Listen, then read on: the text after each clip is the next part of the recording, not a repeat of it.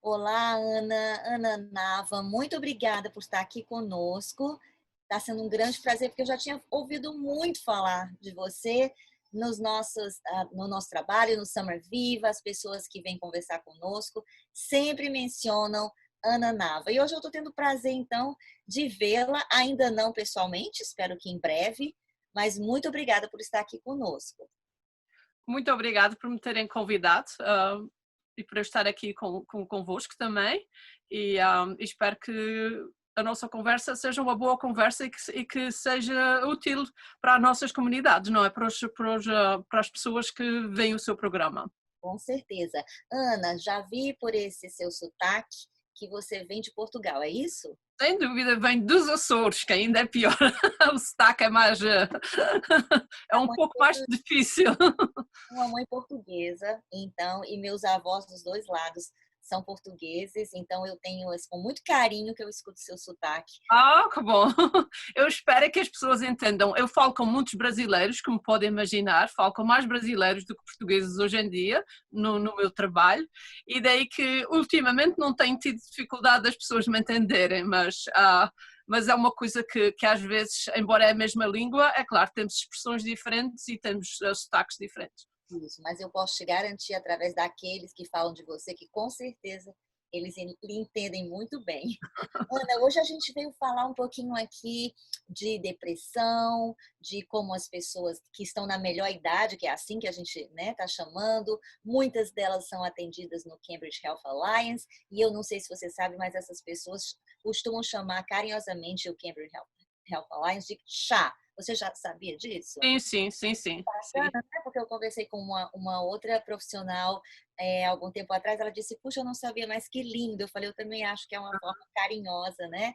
Que eu acho que exatamente reflete esse carinho com que o chá cuida dos seus pacientes, né? Aham. Então, eu tenho uma série de perguntas aqui que ao longo do programa eu vou fazendo, que pessoas que moram ali no Cobble Hills, nossos seniors queridíssimos, fizeram assim uma lista de perguntas. Mas antes de mais nada, eu queria que você pudesse falar um pouquinho sobre como nós devemos cuidar de nós mesmos, não só, né, do nosso corpo, mas também da nossa mente, da alimentação. O que que você poderia falar sobre isso para a gente dar início à nossa conversa? Bom, existem basicamente, não é? Nós temos o corpo e a mente. As duas coisas precisam de ser alimentadas de uma maneira saudável. Ah, é claro que eu não sou especialista em dieta, em alimentos e tudo isso, mas a minha própria teoria é de que devemos comer o mais saudável possível, comida fresca, bastantes legumes, bastante fruta, um, e, por exemplo, eu, por exemplo, sou semi-vegetariana, não como carne, mas também não julgo a ninguém o que devem comer, mas devem comer comida fresca, com proteína e de preferência cozinharem a comida fresca em casa e simples, que é deliciosa. O que nós comemos aí fora nos restaurantes normalmente tem muito sal, muita gordura e a gente não se apercebe do que lá está, porque eles realmente têm que pôr o açúcar e o sal e a gordura para tornar a comida mais saborosa. Mas a nossa comida feita em casa, simples, grelhada, cozida, estofada, é deliciosa. E Então, usar os temperos das nossas culturas, não é? é Portanto, verdade. por aí iria. Simples. Você diria que há uma relação entre como nós nos alimentamos e como nós nos sentimos também com a depressão ou com qualquer outro tipo de distúrbio, de como a gente possa se sentir, de humor? Você acha que tem uma relação? Eu realmente não sou especialista no assunto para lhe dar uma resposta específica. Simplesmente, se o corpo está saudável, muitas vezes a mente também está mais saudável e vice-versa. Portanto, é um equilíbrio no nosso sistema. É claro que as pessoas, quando comem comida muito pesada e tal, como eu disse, com muito sal, com muita gordura, com muito pesticida, muitas coisas desse género, é claro que o corpo começa não só a ganhar peso, o que não é bom, mas também a ter sintomas, por exemplo, pessoas que têm diabetes e outras doenças tal como essa, têm que tomar um cuidado bem especial com a sua alimentação. Só que a tentação é muito grande, não é? Vai-se a comprar as compras e compra-se coisas já feitas que têm um aspecto muito delicioso, ou vamos comer a restaurantes que não devemos, e portanto é uma escolha pessoal, e eu acho que nós temos que saber o que é bom para mim. Isso, muito bacana. Ana, e nós que somos do Brasil, de Portugal, a gente sabe o valor de cozinharmos, né, nossos próprios alimentos e dividirmos com a família. Eu acho que tudo isso também tem um significado, não é? Não é só o alimento, mas como... Precisamente, existe a parte social e a parte familiar. A comida para nós, a alimentação é extremamente importante nas nossas culturas. O facto de se cozinhar e de se partilhar com os outros é amor, é amizade, é um símbolo de tudo isso. E de fortalecer, de nos fortalecermos fisicamente e mentalmente, né? E mentalmente. Eu vou te contar um segredo da minha mãe portuguesa. A comida para minha mãe era um remédio. Se a gente chegasse em casa e dissesse, eu tô com dor de cabeça, ela vinha com a lasanha. Ela dizia, você vai ficar boazinha. Ela dizia assim, o seu mal é fome. Então, porque ela preparava aquele alimento com amor. Então, não é só o alimento em si, né? E muitas pessoas que hoje moram sozinhas, eu mesma que já estou com meu ninho vazio, às vezes a gente fala assim, mas eu vou cozinhar para quem? E eu aprendi a cozinhar para mim mesma, né? Para falar, eu acho que eu mereço, né? Eu mereço aquela lasanha que pode curar uma dor de cabeça, aquela galinha cozida que pode melhorar até uma dor de cotovelo. E eu faço a mesma coisa com os meus filhos. Quando eles vêm aqui para visitar, eu sei o que um gosta, né? O que o outro prefere. Eu acho que é uma forma também de amor ao próximo e amor a nós mesmos, né? Você poderia falar um pouquinho assim, como que a gente pode dedicar essas pessoas que estão nos ouvindo? Muitas delas hoje já estão na melhor idade, então já muitas moram sozinhas ou com um companheiro, mas já não tem mais aquela dinâmica da família, das crianças, né? Salvo quando algum neto vem visitar. O que você poderia sugerir para essas pessoas que hoje julgam, puxa, é tão difícil estar sozinho, que elas podem fazer para que mentalmente, tanto quanto fisicamente, elas se mantenham saudáveis? A pergunta é excelente. A parte da alimentação torna-se um pouco complicada porque as pessoas às vezes não têm energia para ir à rua, para comprar mantimentos, e muitas vezes as refeições são entregues na casa, e portanto a alimentação às vezes é um problema nas pessoas, portanto, mais idosas nas nossas comunidades, principalmente se vivem sozinhas. De novo, comer simples, se for possível, é ideal. A outra parte que é complicada é a parte psicológica, é claro. Muitas pessoas, eu pessoalmente tenho imenso gosto em trabalhar com as pessoas idosas. É um prazer imenso para mim. Talvez porque cresci numa cultura, como também os brasileiros, não é? Todas as nossas comunidades onde a família alargada é muito importante. E cresci com uma avó e, portanto, sempre tive uma atenção especial pelas pessoas com mais idade e falo com muitas, tal como já disse. O que é importante também é a gente tomar conta da nossa... a depressão é um problema grave, portanto, nas pessoas mais idosas, o isolamento, a dificuldade da mobilidade é outro problema. Outro problema também, às vezes, são conflitos familiares, que às vezes vêm de longo prazo. Filhos que não falam com os pais, filhos que estão longe, não é? As famílias hoje em dia estão distribuídas em áreas geográficas muito diferentes e o contato às vezes não se estabelece. E portanto, o que eu tento fazer com as pessoas de idade é elas, para além de todos os valores que elas têm e de toda a dor mental e emocional que têm, de tomarem conta de si próprios. Isto é uma tradução, take care of yourself, de inglês, portanto, é nós vermos o que é bom para nós. E muitas vezes é tratar da saúde, não é? Ter a certeza que se vai ao médico, é lidar com o problema do estigma da saúde mental. Não há vergonha em vir falar com uma pessoa como eu, vir à nossa clínica, no Cambridge Health Alliance, onde todos nós falamos português. Não há que ter vergonha. Todos nós temos alturas da vida em que estamos sensíveis e o que temos que fazer é procurar ajuda onde ela está. Portanto, o que eu gosto de fazer com as pessoas é, claro, se a pessoa está deprimida ou muito ansiosa, que normalmente são os 2 sintomas mais comuns, existe um tratamento, portanto, a nível de medicação. Nem sempre as pessoas precisam, mas às vezes ajuda, não é um antidepressivo, dá uma grande ajuda à pessoa a melhorar mais rapidamente. Mas nem sempre. O que é importante é a gente pensar o que é importante para mim, nesta idade, nesta altura do campeonato, como se diz. O que é que eu preciso para me sentir mais feliz? É claro, não posso ter o que tinha antes. Não serve de nada a gente pensar no passado só e querer ter aquilo que não podemos ter já. Vamos viver o presente e nem vamos viver o futuro.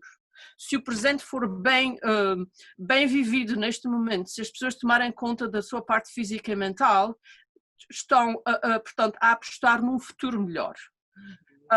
As nossas culturas, nós somos muito virados ao passado, à família, às históricas, à história, os traumas. Há muito trauma nas nossas comunidades, como em todas, não é? Trauma que vem desde a infância, muitas vezes, trauma de vários níveis, desde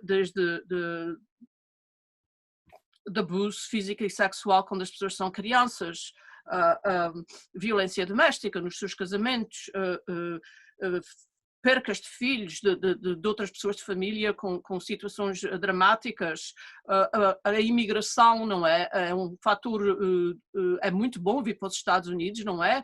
Permite as pessoas terem uma vida muito melhor.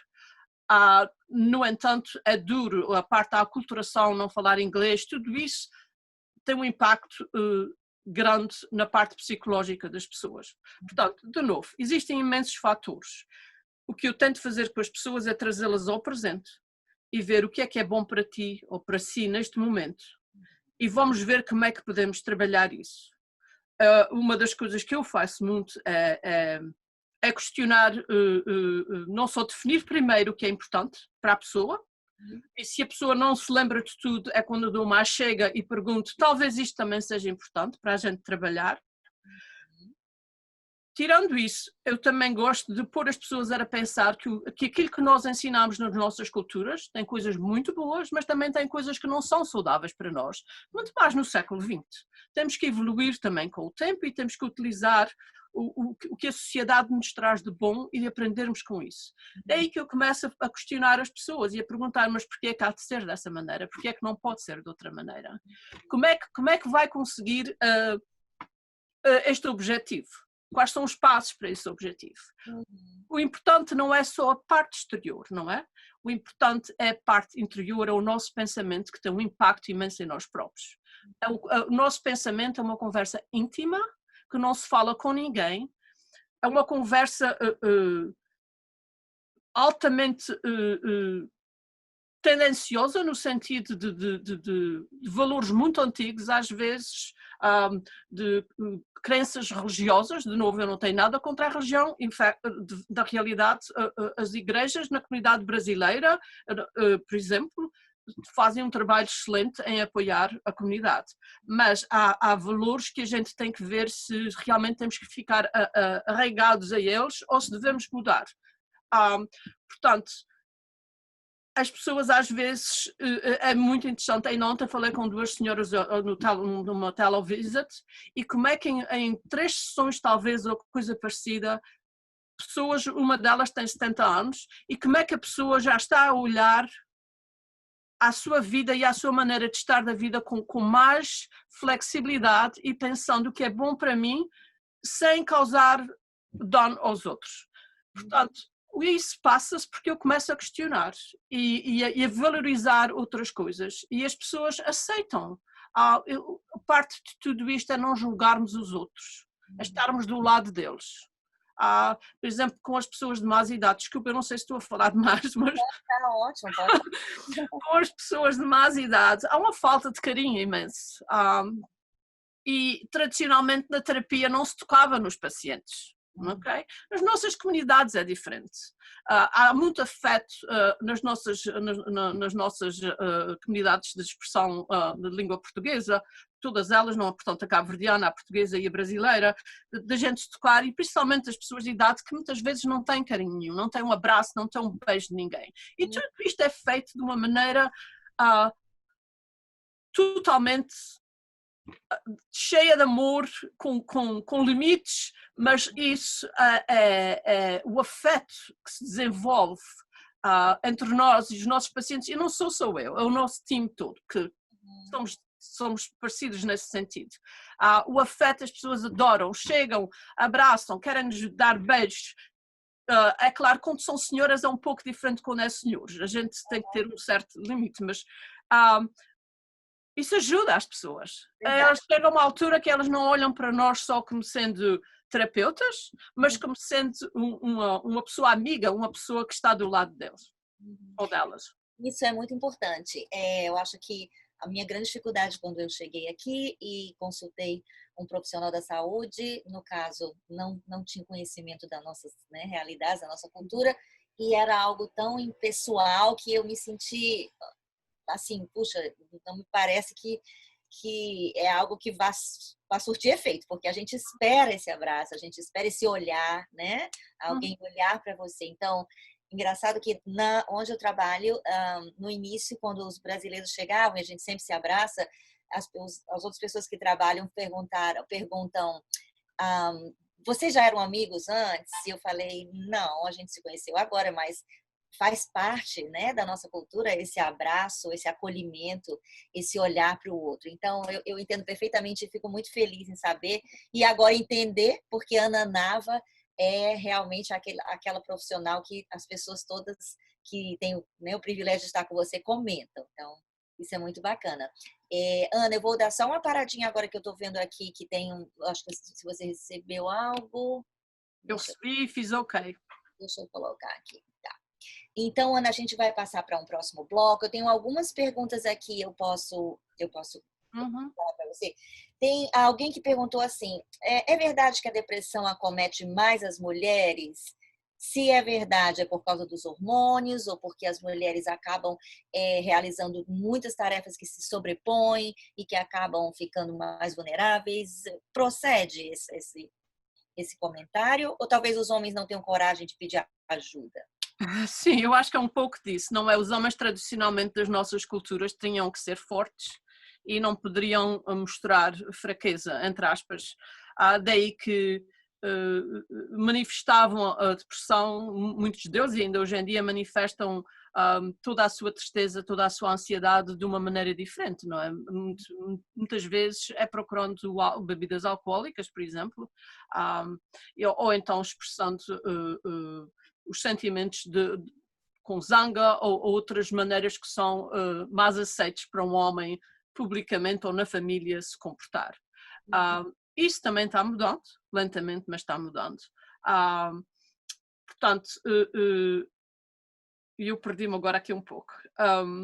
Você tem mais clientes e pacientes do sexo feminino ou não necessariamente? Sem dúvida, acima de tudo nós vemos mulheres, mais mulheres do que homens. Pode-me fazer a pergunta outra vez que tinha feito? Se de fato a depressão acomete mais mulheres do que homens e se sim, se é verdade, se a questão hormonal tem papel. Ok. Portanto, eu acho que a depressão é comum, a depressão é um dos problemas maiores que existe no mundo, não é? E a ansiedade vem junto com a depressão muitas vezes. Umas vezes começa com a ansiedade e depois passa para a depressão e vice-versa. Portanto, eu tenho a impressão que os homens e as mulheres todos devem ter o mesmo nível de depressão, embora as mulheres realmente tenham mudanças, portanto, físicas, mas eu tenho a impressão que, desculpe, tenho que cortar isso tudo fora. Não tem problema. Deixa-me começar outra vez. A depressão existe para os homens e para as mulheres. Da maneira que a sociedade lida com isso é que é diferente, ok? As mulheres procuram mais ajuda, os homens menos. Existem razões fisiológicas pelas quais as mulheres poderão realmente ter sintomas de depressão maiores, mas de novo, o importante é as pessoas saberem que não estão bem e procurarem ajuda. Eu achei muito bacana quando você falou, não tenham receio, a gente não pode se render a esse estigma, né, de que a doença mental é algo que a gente deva esconder. Então, assim, pedir ajuda, né, especialmente sabendo que aqui na nossa comunidade a gente tem profissionais como a Ana, o Cambridge Health Alliance, que atendem na sua língua e não só o idioma, né, mas a Ana já falou daquele abraço, já falou daquele olhar cuidadoso, né, que se lança sobre o paciente. Então, isso faz a diferença. Ana, alguém perguntou aqui, qual a diferença entre tristeza e depressão? Quando é que eu sei que eu devo procurar um médico, que eu não estou mais apenas triste, mas que eu estou enveredando para um outro caminho? Portanto, a tristeza é absolutamente normal. Todos nós temos momentos de tristeza. Poderá ser porque vimos um filme, poderá ser porque tivemos uma memória triste, poderá ser por muitas razões. A depressão é diferente. A depressão tem vários fatores que se juntam, em que não só é uma questão de quantidade, é um síndrome, portanto, que a pessoa quer estar bem e não consegue, uma tristeza profunda, muitas vezes insónia, dificuldade, portanto, de dormir, ansiedade, às vezes, isolamento, dificuldade em trabalhar, portanto, falta de concentração, a memória também fica mais fraca. Quando a depressão é extrema, às vezes as pessoas até entram numa fase de psicose, não é? Podem ouvir vozes ou terem crenças que realmente não são reais, não é? São reais dentro da sua mente. Portanto, é uma diferença muito grande.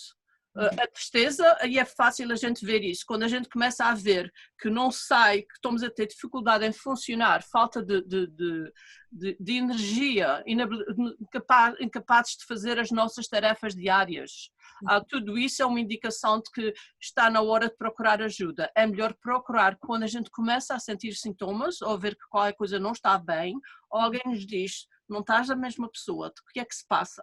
Está na hora de procurar, porque quando a gente procura ajuda, quando a depressão já está instalada sei lá, há meses ou até pode ser um ano ou mais, não é?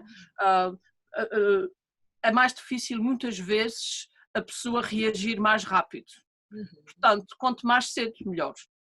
Ótimo.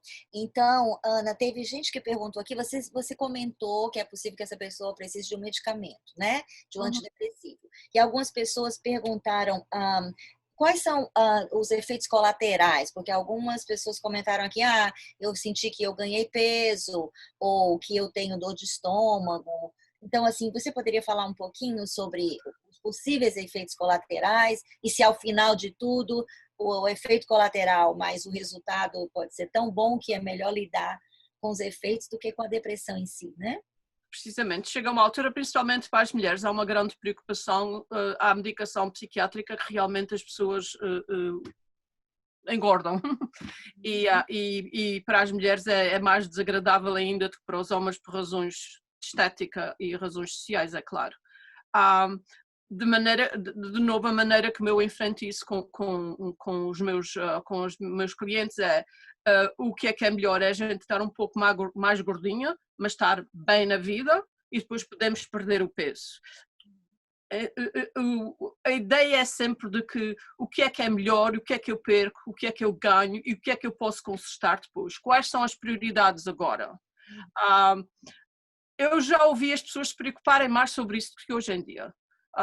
Com a questão do peso. E há sempre maneira das pessoas mudarem a medicação. Eu não passo medicação, as minhas colegas que passam medicação vão fazendo ajustes consoante é necessário. Mas muitas vezes, às vezes temos que pagar um pequeno preço de ganhar peso e em contrapartida vivermos mais felizes. Muito bem. Ana, tem pessoas que falam, eu já tentei tudo e nada deu certo. a gente tem uma gama, né, de tratamentos diferentes. Então, assim, é possível que você fale um pouquinho de que, quem sabe, essa pessoa não tentou exatamente tudo, mas desistiu logo, né, na primeira oportunidade, sabe? Quais são os tratamentos que essas pessoas podem contar, além do medicamento, claro, mas da área psicológica, que ela possa, se não se der bem com um, ela pode passar para outro. Ok. Existem vários fatores aí.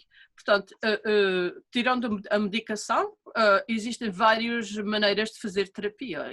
Existe terapia individual, terapia de casal, terapia de família e terapia de grupo. Nós, no nosso time, praticamos acima de tudo terapia individual e essa é o predominante. No entanto, os grupos são altamente eficazes. Terapia de grupo. As nossas comunidades têm grande dificuldade em trabalhar em terapia de grupo devido ao novo estigma e à privacidade. Têm medo de que os outros saibam da sua vida. Quando se faz terapia de grupo, as pessoas têm que fazer um contrato de sigilo, de segredo, que não podem falar da vida de ninguém fora do quarto onde nós estamos. E nós aceitamos, portanto, acreditamos que quando as pessoas fazem esse acordo, de que vão cumprir o acordo. Terapia de grupo é excelente porque todas as pessoas que estão nesse grupo estão partilhando um problema ou 2 ou 3 problemas e aprendem umas com as outras como lidar com isso e viram, vá lá, de certa maneira terapeutas uns dos outros, não é? Vê a pessoa arranjar tomar uma boa decisão ou agir de maneira diferente e dá-nos uma ideia. Também posso fazer isso. Portanto, eu acho que é excelente. No Cambridge Health Alliance faz-se agora muito mindfulness. Estamos a fazer, o departamento de mindfulness está a fazer grupos em português e eles são excelentes, são um departamento excelente e é uma técnica de relaxamento, não é? Que tem algumas bases no budismo, não é? Mas hoje em dia não está associada a religião absolutamente nenhuma e é isso que as pessoas sabem. Há pessoas que começam a pensar, mas eu sou cristã, não sou budista. Não tem, hoje em dia não tem nada a ver com isso. Embora hajam princípios bons, mas são princípios bons que servem a toda a gente e que estão a ser analisados e tem havido muito estudo que tem provado que realmente faz muito bem. De novo, é trazer-nos ao presente e nos centrarmos no presente e estarmos em contato connosco e com o que nos rodeia. E é incrível como é que fazer uma respiração básica, de inspirar pelo nariz, portanto, e expirar pela boca suavemente e manter a atenção na nossa respiração, só isso dá um relaxamento imediato.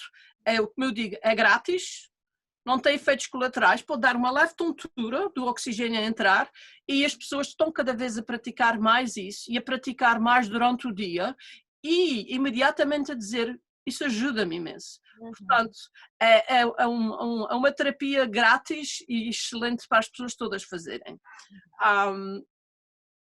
Ana, eu adorei, porque eu mesma, né, como eu já coloquei aqui, hoje eu sou senhora de um ninho vazio, né? Meus filhos já cresceram, eu tenho um filho de 31 anos, uma filha de 27, um mora no Brasil, a outra está em Los Angeles, então eu tive que recriar esse espaço. E para isso eu tive que sair do passado, onde eu tenho todas aquelas memórias gostosas que seguem, né, maravilhosas, e também nem pensar no futuro, até porque no momento a gente não pode, né, fazer muitos planos nesse momento de Covid. Então, isso que você falou de me manter no presente, às vezes eu tenho que parar e respirar, que a gente pode pensar, é uma coisa tão simples, será que funciona? Então, eu venho a dizer que sim, que vocês, por favor, tentem, pelo menos se permitam tentar. Porque a gente tem ouvido falar bastante quando eu estou com os meus queridíssimos seniors. Uma vez por mês a gente se encontrava, agora, né, estamos ainda parados desse contato físico, mas temos o contato virtual, mas sempre eu ouvia falar, poxa vida, os meus filhos não ligam para mim, eles não vêm aqui, não me dão atenção, e eu falava, olha gente, quando os meus filhos não me ligam, eu imagino que eles estejam muito bem, né? Porque quando eles precisam de apoio, eles sempre estão, mãe, será que você podia me ajudar nisso? Estou passando por aquilo. Então, o que você diria sobre essa questão dos idosos, né, das pessoas que estão na melhor idade, que deveriam aproveitá-la como tal, cujos filhos estão ocupados. Muitas vezes não é porque eles estão tratando os pais com desdém, às vezes estão tão ocupados que eles não têm tempo para dedicar, né, assim como os pais gostariam. Tem algo que você poderia compartilhar? Pois, portanto, uma parte é nós trabalharmos o nosso pensamento, número um, e abrirmos a novas possibilidades de estar na vida e de pensar. A outra parte é o isolamento, fazer amizades, que sejam boas amizades, antes poucas do que muitas, mas termos contatos. Por exemplo, o centro da MAPS, não é? Da terceira idade, é maravilhoso. Agora está fechado, não é? Está tudo fechado, mas se não, dentro do prédio, que já falou antes, ter amizades. Se é difícil ter às vezes temos é que decidir o quanto é que vai ser essa amizade, o quanto é que eu vou socializar com esta pessoa. É uma pessoa para eu falar pouco tempo ou uma pessoa para eu ter uma conversa mais íntima? Não podemos confiar em todos e temos que nos proteger e manter à nossa roda um certo círculo invisível de nos protegermos. Coisas mais vulneráveis é bom, é por isso que é bom vir para a terapia, porque em terapia tudo é dito e nada vai para lado nenhum, não é? E, portanto, eu acho que as pessoas têm que se manter, os filhos não estão lá, mas há pessoas, muita gente que é boa, pode ser outra pessoa que mora no prédio ao lado, pode ser outra pessoa qualquer que lhe esteja a prestar serviços, aproveitar todos esses pequenos momentos, ir, se é religiosa, participar de atividades religiosas, ir a um centro onde façam atividades, se entreter em casa a fazer coisas, se podem, desde cozinhar, sei lá, até a costurar, ou aquilo que podem, ou ler, se gostam de ler, ou conversar. Muitas pessoas falam através da internet já, não é? Com outras pessoas também, não é? Portanto, é importante as pessoas verem o que é que eu quero, o que é que me apetece fazer, o que é que me faz bem. De certa maneira, a terapia é um tratamento, portanto, é sempre um tratamento individual. É como um vestido que nós compramos, não é? Vamos fazer agora de mulheres. A gente compra um vestido, mas às vezes não cabe bem certo. Temos que fazer um conserto. É a mesma coisa, de certa maneira. O que é que eu quero ter e como é que eu vou ajustar isso para eu me sentir feliz? E eu tenho o direito de ser feliz, porque muitas pessoas não pensam que têm o direito de serem felizes. A vida foi sempre dura, mas não, vamos desafiar outra crença. Não, nós temos todo o direito de ser felizes, seja lá qual for a idade que nós temos. Olha, eu gostei de ouvir isso, Ana, porque eu faço terapia já há algum tempo, já tinha feito em vários momentos da minha vida, mas agora eu acho que há 2 anos eu estou assim, todas as semanas. E eu quero te dizer o que mais eu aprendi com a minha terapia é que eu tenho o direito de ser feliz, exatamente o que você falou, né? Uhum. Meus filhos fizeram as escolhas deles, meus amigos, meus pais, e que eu também posso fazer minhas escolhas. Então, assim, nos libertar dessa culpa da gente achar que, inclusive, tem que continuar agindo como eu agia há 10 anos atrás, há 20 anos atrás. Não, eu estou livre, né, de ter que estar sempre dentro daquele padrão. Então, acho que a terapia nos ajuda nesse sentido, né, de que a gente é autorizado a ser feliz, porque em geral nós não nos autorizamos, né, a aproveitarmos esse momento agora, que vamos dizer, eu quando tinha filhos, imagina quem agora tem filhos nessa quarentena, não é fácil. Então, pense bem que eu tenho agora meus filhos, né, criados e cuidando de suas próprias vidas, e eu posso então cuidar da minha vida agora. Vejo pessoas com filhos pequenos que não podem, né? Então, nós aqui que já passamos dos 50, dos 60, dos 70, olha só que privilégio, né? Você que está nos ouvindo, saber que você tem direito de fazer suas próprias escolhas, desde que não afete a escolha de ninguém, né?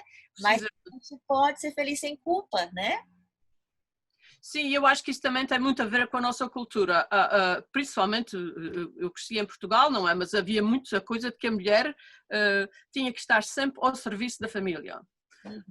E, portanto, levavam as vidas a dar, não é? A dar a vários sentidos, a fazer comida, a limpar a casa, a trabalhar, a agradar a este, a agradar ao outro. E é claro que chegam 40, 50 anos de idade ou 60 estão absolutamente estouradas, não é? Absolutamente cansadas mentalmente e fisicamente. E eu concordo consigo plenamente. Nós temos o direito de sermos felizes, desde que a gente não cause problema na vida dos outros, não é? Ana, nós temos agora nossos últimos 5 minutos. Olha, passou rápido, né? Tá sendo muito, muito gostoso estar aqui com você. Me fala um pouquinho desse momento da quarentena, que tem muita gente assim, o que eu posso fazer porque eu não posso sair, porque eu não posso ver meus amigos, né? Estamos assim, limitados. Tem algum caminho que você acha que a gente pode trilhar mesmo durante esse momento de tantas limitações, para que a gente se sinta, né, mentalmente saudáveis? Sem dúvida. Esse é um problema muito grave hoje em dia. As pessoas estão isoladas, mesmo que estejam com famílias, não é? Alterou o estilo de vida das pessoas e aumenta a sensação de depressão, de tristeza. E o que eu digo de novo às pessoas, muito, é, de novo, eu trago as pessoas ao presente e dizer, nós estamos perante uma pandemia, não podemos fazer nada. O que nós podemos fazer é ter a certeza que nos mantemos saudáveis e as pessoas à nossa roda e fazer o melhor da situação que nós temos. Por exemplo, todas essas técnicas de respirar, de ver vídeos, existem imensos vídeos em português de mindfulness, de relaxamento, ouvir música, fazer as coisas que podem, dar uma caminhada à roda da casa, ter uma boa conversa ao telefone ou na internet com uma amiga ou com um amigo, e pensar, isto não é eterno, isto é longo, é normal a situação que nós estamos a viver. Portanto, temos que ter paciência, o tempo vai passar, tudo passa, nada fica igual. Temos que esperar que a tecnologia, que a ciência nos arranje uma vacina, um medicamento que tome conta da situação. Entretanto, temos uma escolha, ou vamos para a rua e arriscamos, ou tentamos ter uma vida mais sóbria neste momento, mas mantemos a nossa saúde física e mental, porque ficar doente não é agradável, ir parar ao hospital, ir parar à emergência, tudo isso não traz felicidade a ninguém. E com este tipo de doença, portanto, com o Covid a gente não sabe quem é que vai ficar doente e quem é que não vai ficar. É uma lotaria. Portanto, queremos jogar na lotaria ou não. E de novo, deixa-me viver o momento agora, não vou pensar no dia da manhã. Eu passo a vida hoje em dia a dizer a toda a gente, um dia de cada vez. Um dia de cada vez. Como é que eu vou fazer o meu dia melhor hoje? O que é que eu posso fazer hoje que me vai deixar melhor? Só isso põe-nos portanto, num pensamento que altera tudo o que está lá fora. E com o tempo, e temos esperança que com o tempo tudo vai mudar. Isso mesmo. Ana, olha, muitíssimo obrigada pela sua participação, especialmente pelo seu trabalho, pelo impacto que você provoca em tantas vidas. Eu imagino que também seja o mesmo, né? Essas vidas também provocam impactos positivos na sua, né? Porque E se posso interrompê-la só num minuto? é uma troca. É uma troca imensa a ser terapeuta, porque nós recebemos imenso dos nossos pacientes também. Eu também me sinto privilegiada com esse contato com a comunidade, né? E tanto que eu tenho aprendido com as pessoas que estão atravessando essa melhor idade e com aqueles, né, que têm essa visão otimista do presente, é o que eu posso fazer hoje, não vamos nos cobrar, nesse momento agora de pandemia, então, por que eu não fiz isso, por que eu deixei de fazer aquilo? Eu acho que não é hora de cobrança, né? A gente faz o que pode, mas que bom que a gente possa fazer o melhor. E como você falou, o que eu posso fazer hoje? Para que no futuro eu venha me orgulhar, né? Eu vou olhar para trás e falar, puxa, naquele tempo eu aprendi isso, eu investi naquilo, eu ganhei uma nova amizade, ou seja lá o que for. Então, muitíssimo obrigada, Ana, por sua disponibilidade de estar aqui.